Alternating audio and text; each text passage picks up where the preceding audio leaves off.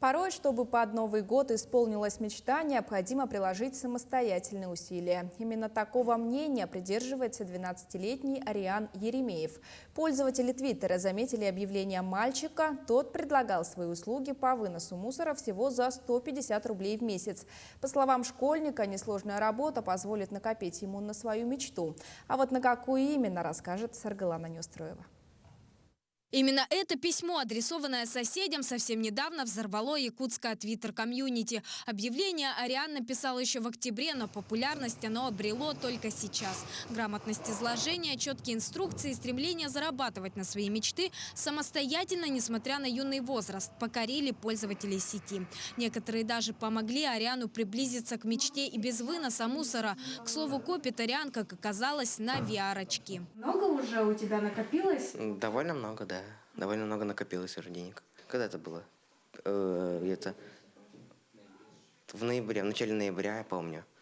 Первое объявление, первые заказы пошли вот в этом подъезде.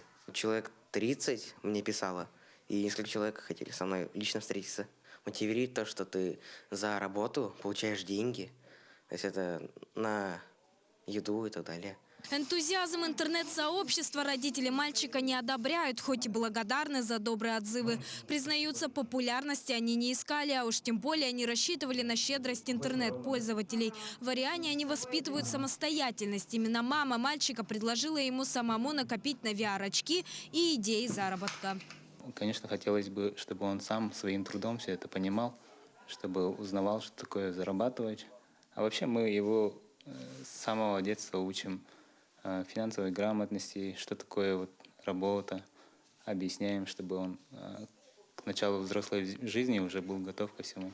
По словам мальчика, в месяц ему удавалось заработать порядка 1500 рублей. До Нового года купить заветные очки Ариан бы не успел. И все же то ли это новогоднее чудо, то ли просто удача, но уже совсем скоро Ариан осуществит свою мечту. Самое главное, что такой образ жизни совсем не вредит учебе Ариана. В дневнике школьника одни четверки и пятерки.